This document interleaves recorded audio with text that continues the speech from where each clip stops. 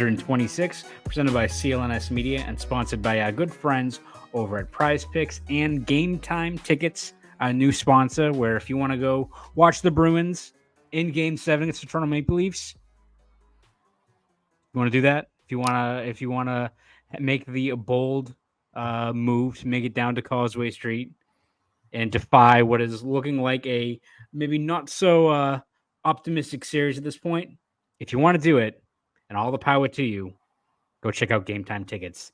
They'll get you covered. Ty, how you doing? I've had better 72-hour stretches in terms of planning and frustration and overall sort of life.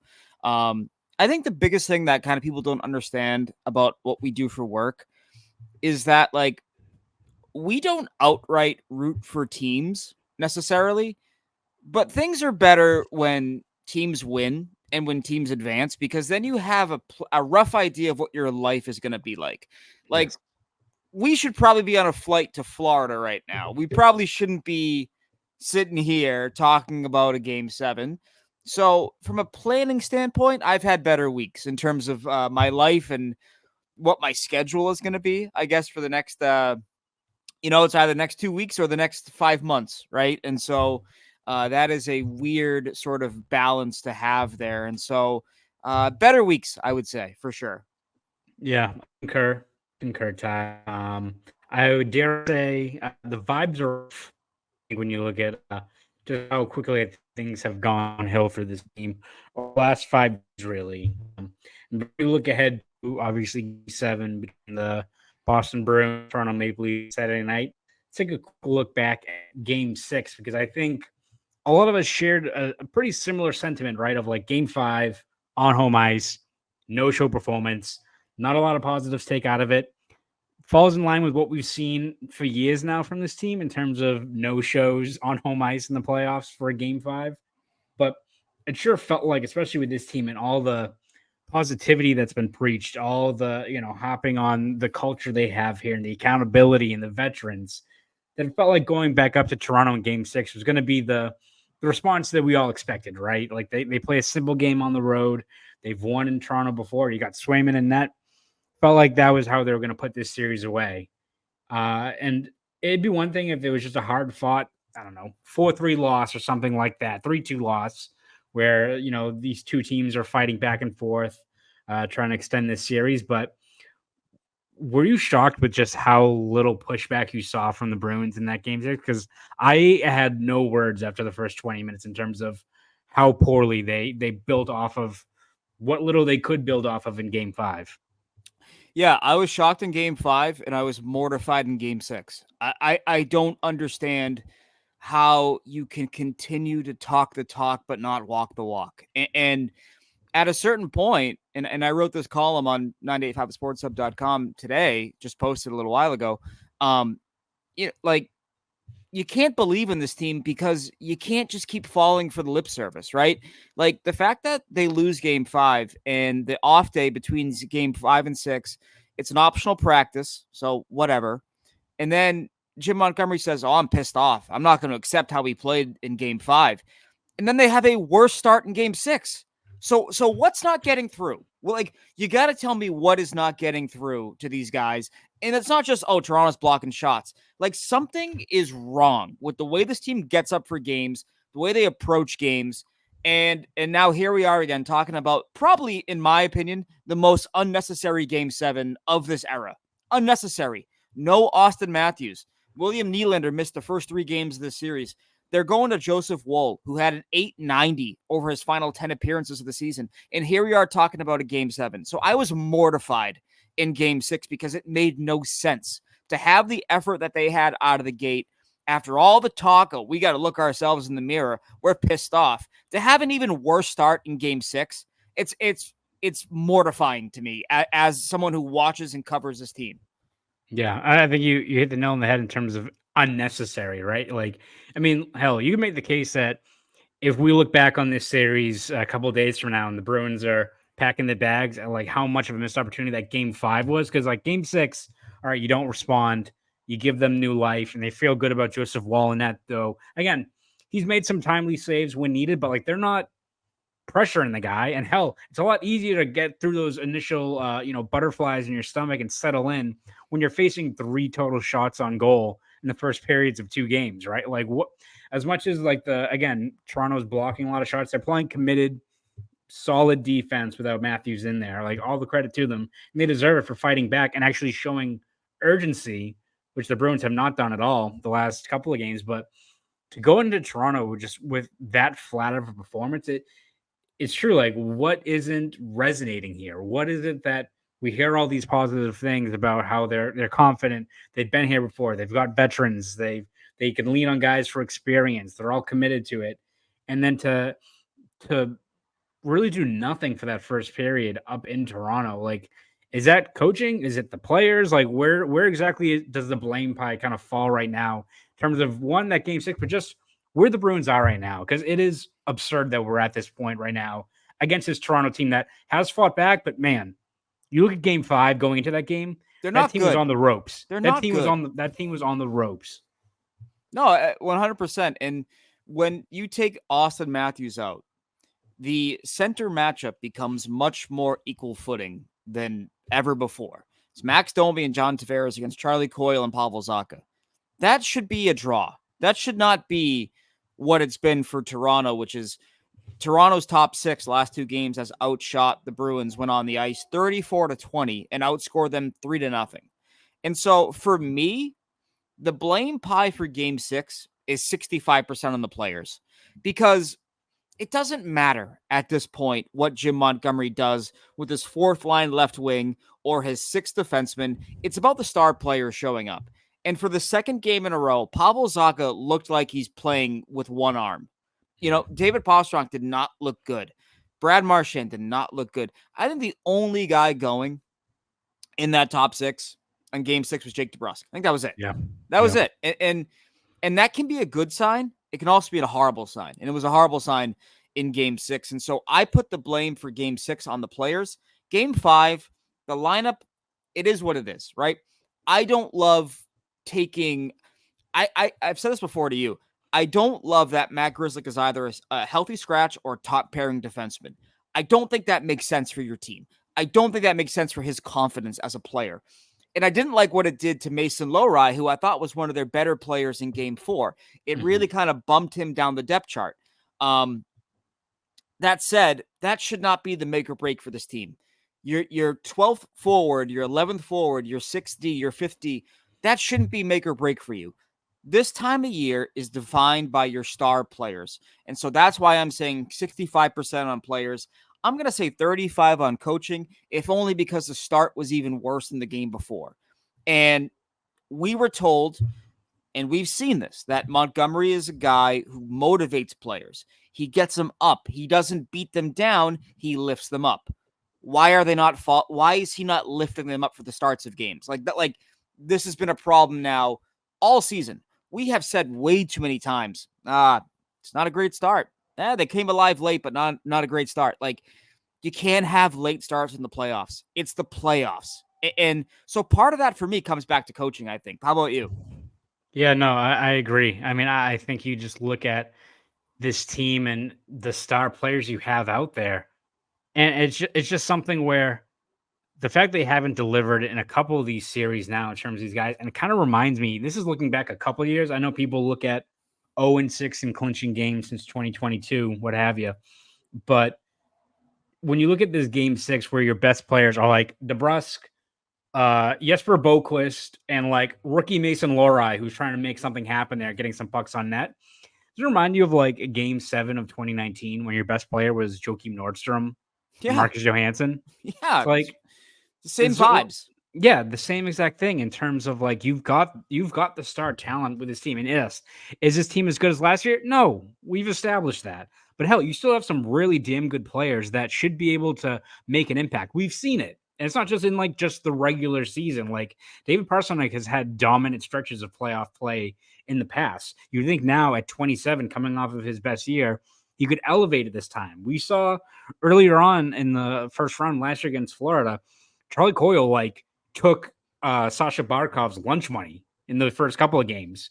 Has not had that happen in this series against guys like Max Domi and John Tavares. Again, John Tavares is still a good player, but not what he was a few years ago. That should be an even matchup, or at least closer than I think people expect in terms of where those guys are at their trajectory.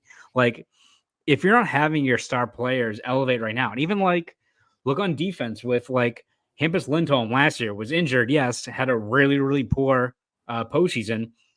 Have you seen a rebound yet? And like Charlie McAvoy, your guy you're relying on in all situations. What have you seen from him in terms of these last couple of games? He was puck watching in game 5, not watching the net front for Matthew Nye's OT winner. He's on the ice for these 2 goals against in game 6, has an unnecessary icing, leads to Nylander's first goal, was pretty much screening Swayman on the play as well. Like, these are the guys that have helped you exceed expectations in the regular season for all 82 games. Needs to carry over. We're not expecting this team to win the cup or be playing into the end of May, early June. But hell, when you look at who you're matched up against, this talent, this score should be enough to get you over that finish line against a team like Toronto without Matthews in the lineup. Yeah, especially and I think you just nailed it on the head. I want to add another sequence there. We're talking about Charlie McAvoy and David Pastrnak. This is their era. Like Brad Marchand, like he's the captain, but make no mistake about it. We are in the Pastrnak McAvoy era. These guys are at the age where they're in the prime of their careers. They've been through the battles. They were on that 2019 team. They both wear letters now. Like they are the next wave, right? And they've both been, in my opinion, miserable in games 5 and 6. And the other thing, like you mentioned the McAvoy missteps. Pastrnak breaks over the attacking line, the attacking blue, slams on the brakes. I don't know what he's trying to do. Loses the puck, and then he takes a high sticking penalty. What was the end goal in the first place of that play? Like, what are you doing right now, dude? And there just seems to be this lack of composure with these guys that need to set the tone for you, right? Like, you look at this series, the way it's been defined, your game breakers have had games. You had the Marchand game in game 3. You had a Swayman game in game 1, Matthews in game 2. I'll call last night the Nylander game. I'm okay with that. He was productive. He scored the goal that he needed to put the Bruins away. Where's David Pastrnak? Where's Charlie McAvoy? Like, these are your 2 highest paid players. They are the face of your franchise, both present and moving forward. And they have not shown up. They have not shown up in this series. And now they're down to their last gasp here. And if they don't show up, this is going to set narratives for years. Like, this is going to set the narrative. And speaking personally, I think that the Pastrnak narrative that he comes up small in big games, I think it's bullshit. But if he has another game like he's had in game 5 and 6, in game 7, what am I going to say to that? I can't defend that. I can't. Like, now it has life. Now it has legs. I think Pastrnak was your best player in game 6 and 7 last year against Florida. And he was in line for the game-winning goal. Both those games didn't happen that way. This year, this is bad. This is your first year post-Krejci and Bergeron, and this happens. It's a bad look, man. It's just a bad look. So there's a lot of pressure on those guys to deliver in game 7. Yeah, it's just really some sort of takeover game. It's a little bit of a takeover from a guy like a little bit from Pastrnak. It'd be great if they had a 4-point night from Pastrnak, but even if you just had more of these guys that are so key to this team's success step up, you'll take that in game 7. Ty, before we dive more into Saturday's game, take a quick break. Hear from our good friends over at Prize Picks. Match is over, but the biggest moments in college basketball tip off in the month of April. Be a part of the action on Prize Picks for both men's and women's college basketball. You can now win up to 100 times your money on Prize Picks with as little as 4 correct picks. You can turn $10 into $1,000 with basketball, hockey, and college basketball entries today on Prize Picks, America's #1 fantasy sports app. Prize Picks has something for every sports fan, from basketball and hockey to League of Legends and everything in between. You can pick LeBron, Caitlin Clark, Connor McDavid, and Jude Bellingham, all in the same entry. Want to play alongside some of Prize Picks' favorite players like Meek Mill and Sugar Sean O'Malley? You can now find community plays under the promos tab of the app to view entries from some of the biggest names in the Prize Picks community each week. Testing my skills on Prize Picks this season is the most exciting way to play daily fantasy sports. Prize Picks is really simple to play. I can make my picks and submit my entry in less than 60 seconds. Quick withdrawals, easy gameplay, and a huge selection of players and stat types are what makes Prize Picks the #1 daily fantasy sports app.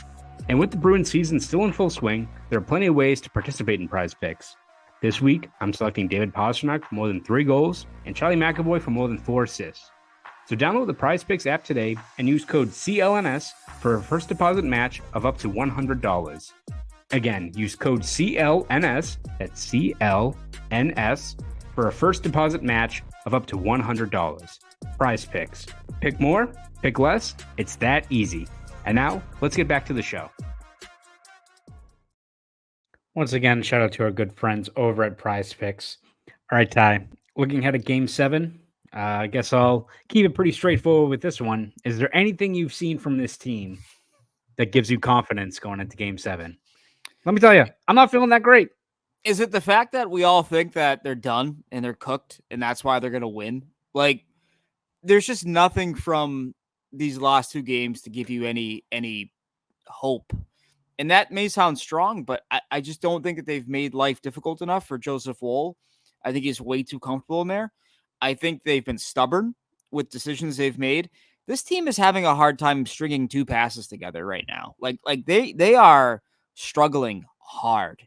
And so, maybe if you want to feel good about something, anything, it's that if their guys show up to play, I think you have more natural talent at key positions than they do. I think you're better in goal. I think your second best defenseman is better than their second best defenseman. If there's no Austin Matthews, the center matchup, as we noted earlier, should be equal. I think David Pastrnak is a better player than William Nylander. But these guys got to show up.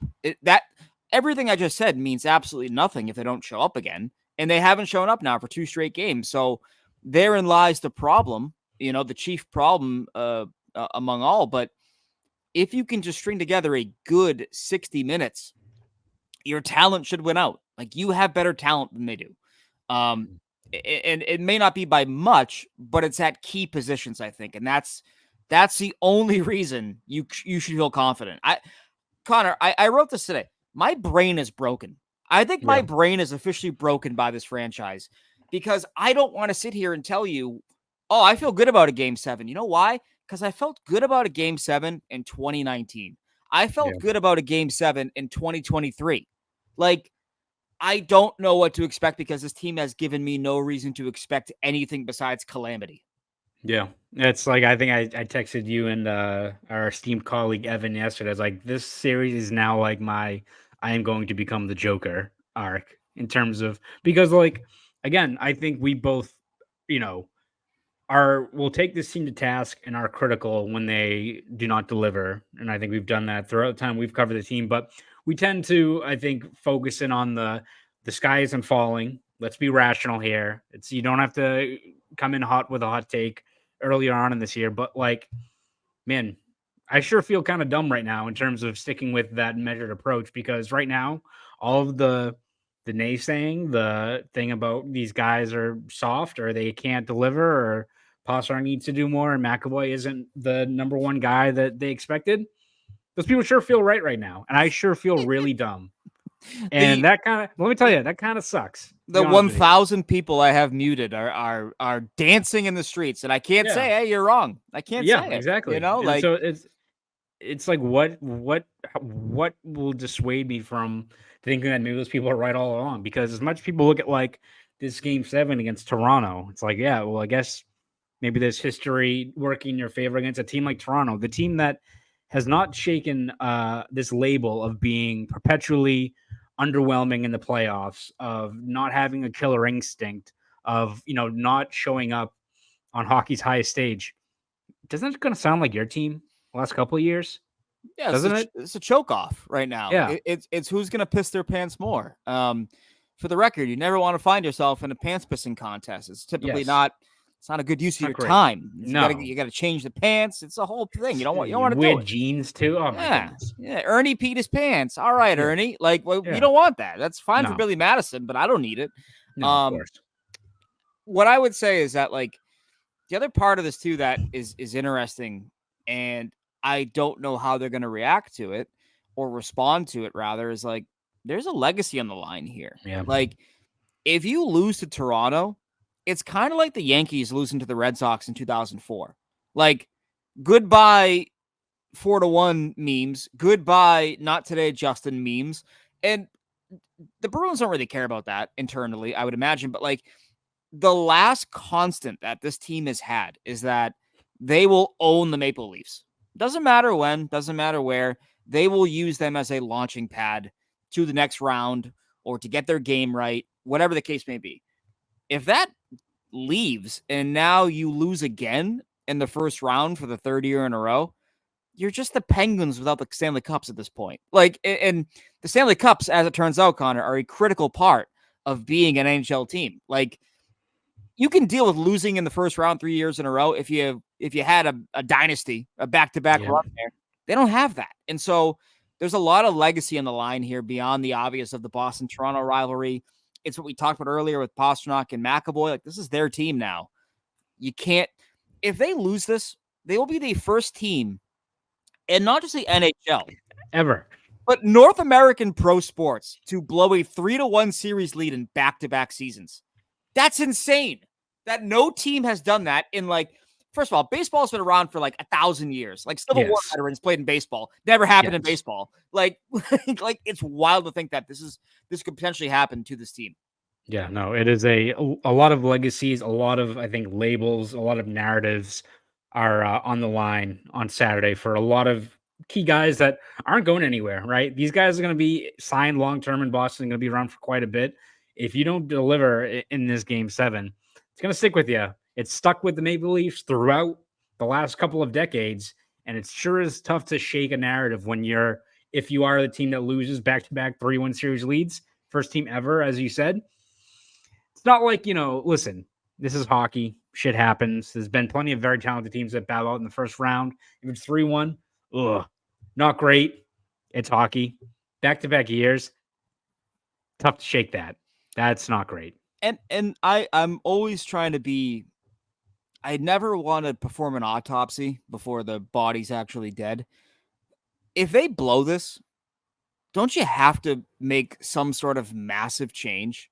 Like organizationally, like, and I don't even know if just like, oh, Montgomery's out. Like, I don't think it's that simple. Like, you have to have a legitimate upheaval of the culture that you've lauded for years, right? Because what good is a culture if it keeps ending the same way every year? That's great that you have a close community and a close locker room, but it's not gotten you where you need to be, at the end of the day in the world of professional sports, which is about winning championships, not about having the tightest locker room.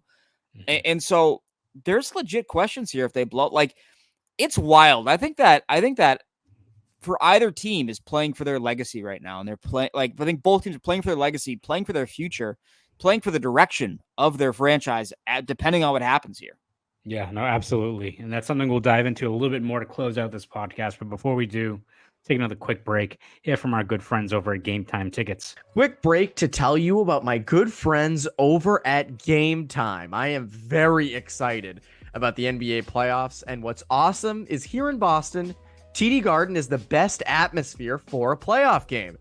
Thankfully, we have Game Time, which is an authorized ticket marketplace of the NBA, which makes playoff tickets even faster and easier.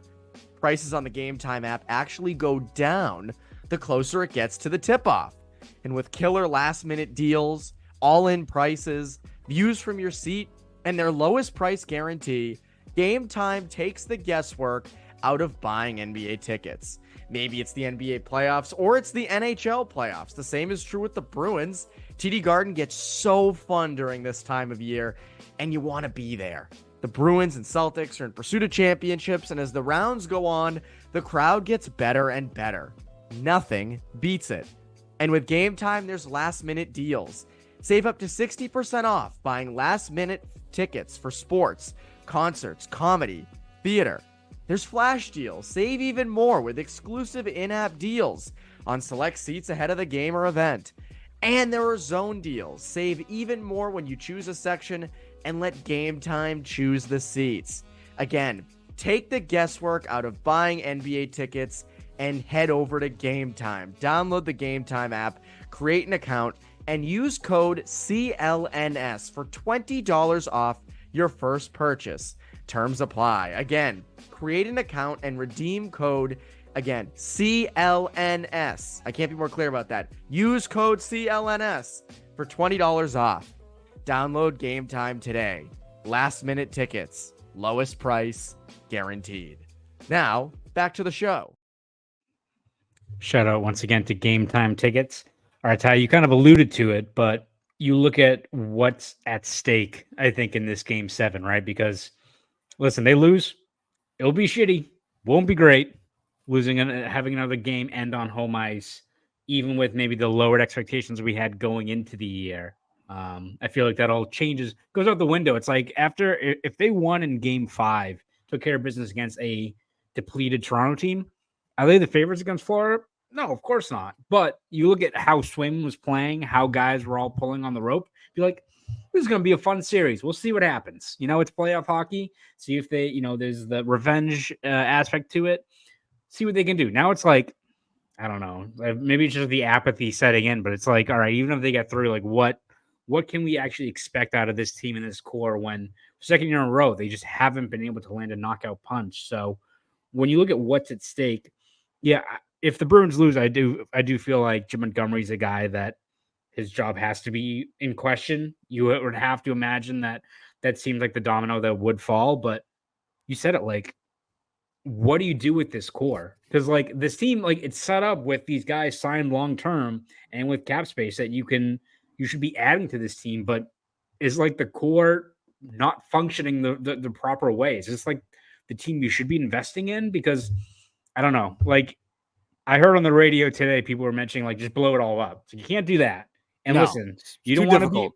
Yeah, and again, the Red Wings are a blue blood NHL franchise. They want to be good. Their fans want them to be good, and they've sucked for years and years despite their best effort. It's very tough to have all these things align. But if you do lose, like what is at stake for specifically these players and this core?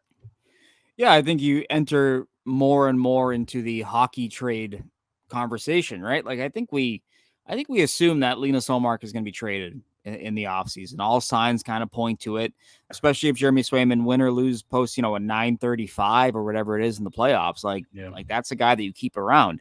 And so we assume that he's gone, but now does that become part of a greater deal? Like, is it Ullmark packaged with somebody else who is under contract? Then you try to bring in a massive haul, versus just saying, oh, we'll take a first round pick and a mid-tier player. Right. Like, and so that discussion's there.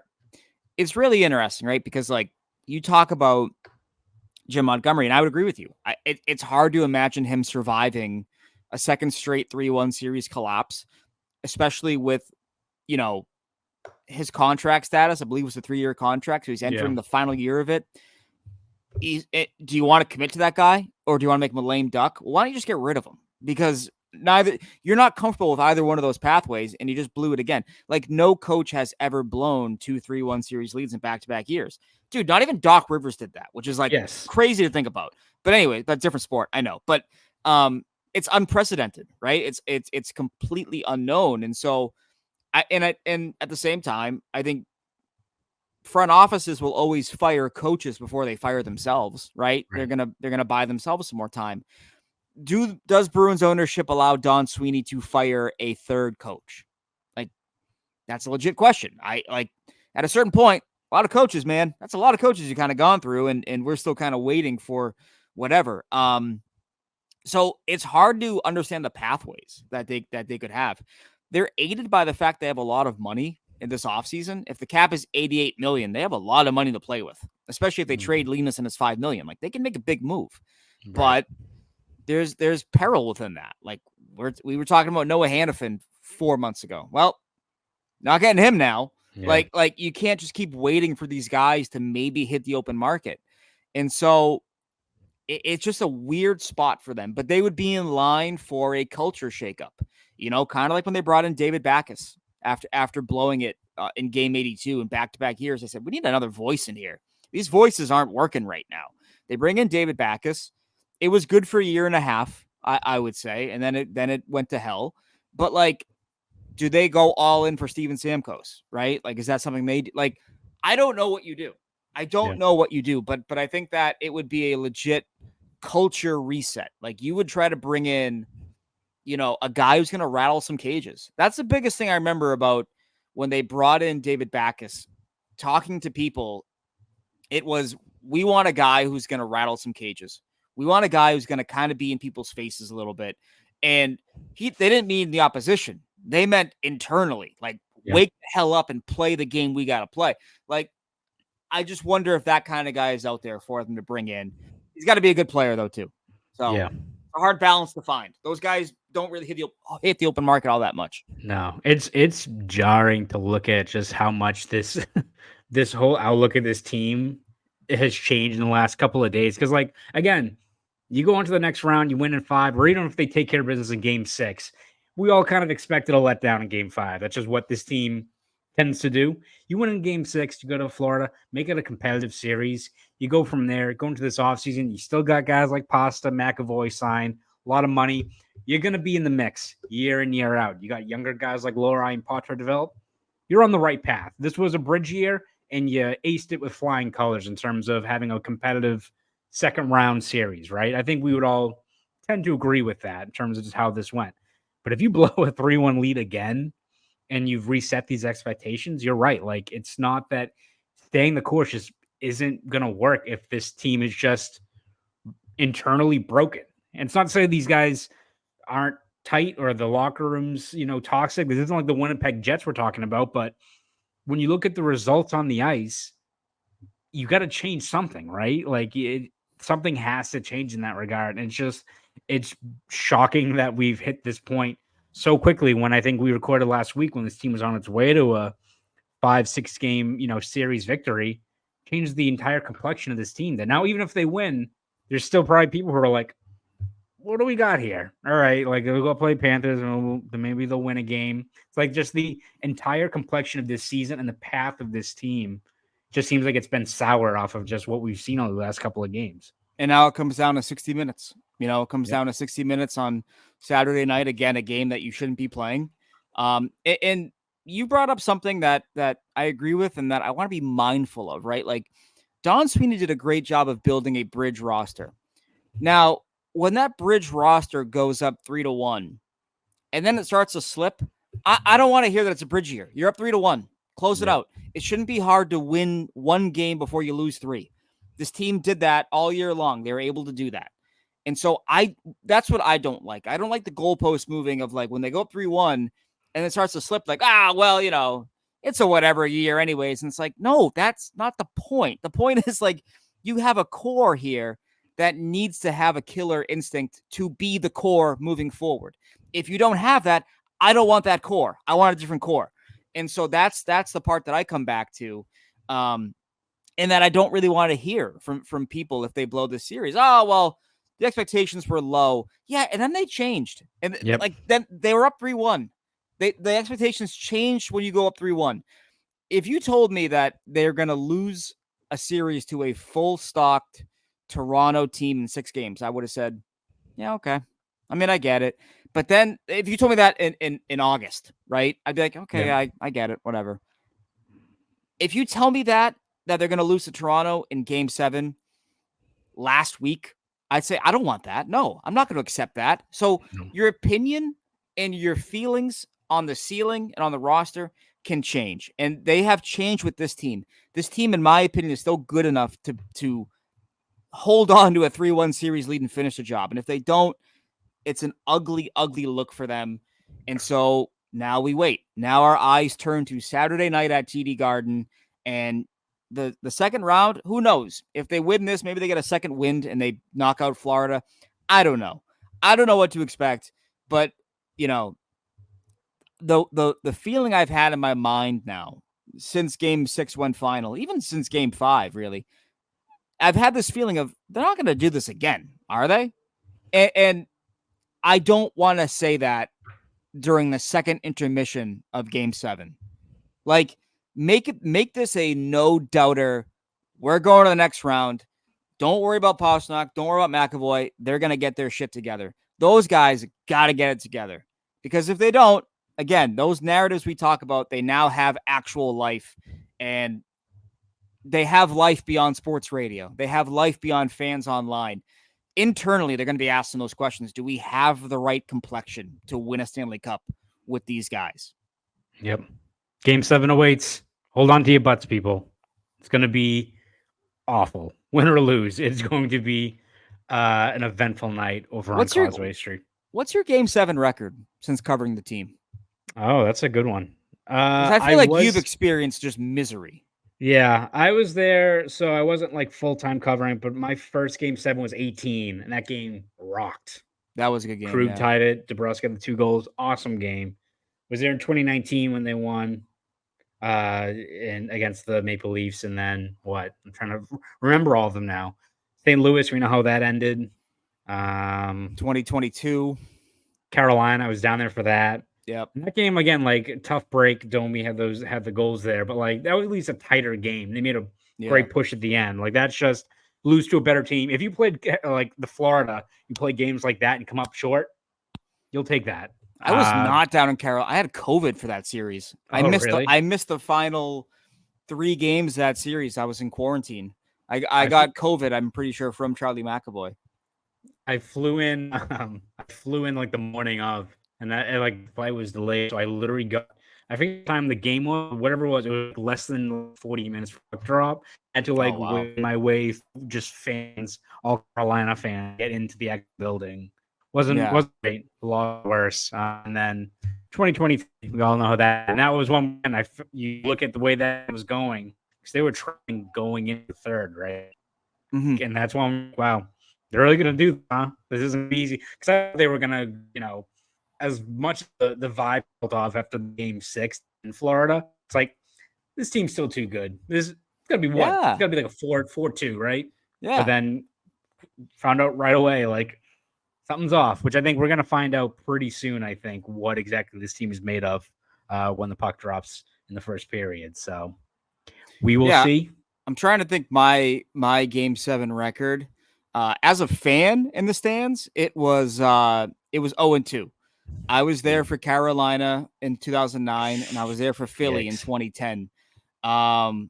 As a reporter covering the team, 2011 helps out a little bit, huh? 2011 does help. I was not in Vancouver because I could not find a flight to Vancouver, and I was 19 years old, and I was like, I can't pay $800 for anything right now. I was a rookie reporter covering the team then. It's sub 500. I know that for sure. That's Bruins.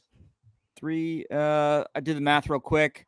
I'm 5-4 actually in Game 7s in real life. 2 of those 5 are against. No, I'm 6-4. 3 of them against Toronto. 13, 18, and 19. So, we'll see if they can do a 3-peat or a 4-peat, because my math is unconfirmed right now. We'll see if they can do a 3-peat or a 4-peat on Saturday night. We'll see.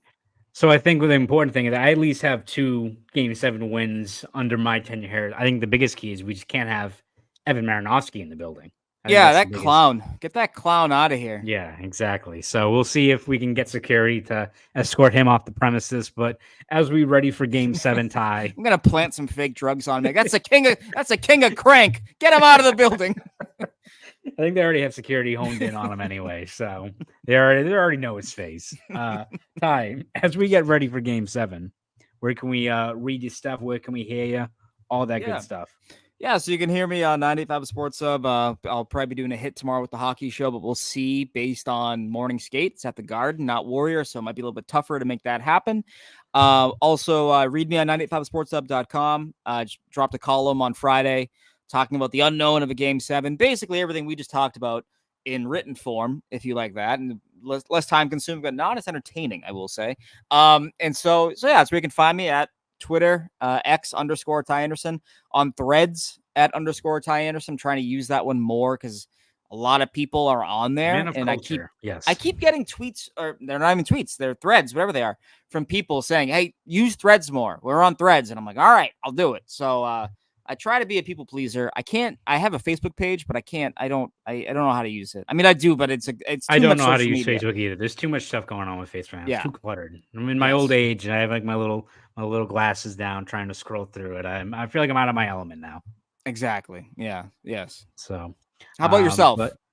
Yes, you can read all of my stuff over at boston.com and the Boston Globe. I'll be with the Globe team and that awesome crew of writers for however long this playoff run goes, whether it's Saturday or into next week in Florida. So read all my stuff there. You can find me on Twitter at Conor Ryan _93 and all that good stuff. So I like the Globe crew. You guys make me feel like I'm like an unofficial member of the crew.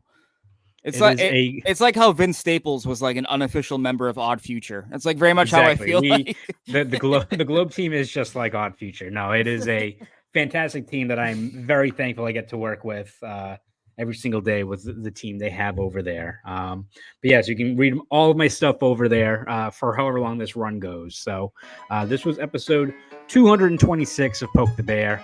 That is Ty Anderson. I'm Conor Ryan. You fans enjoy Game 7, and we will see you, good or bad, on the other side.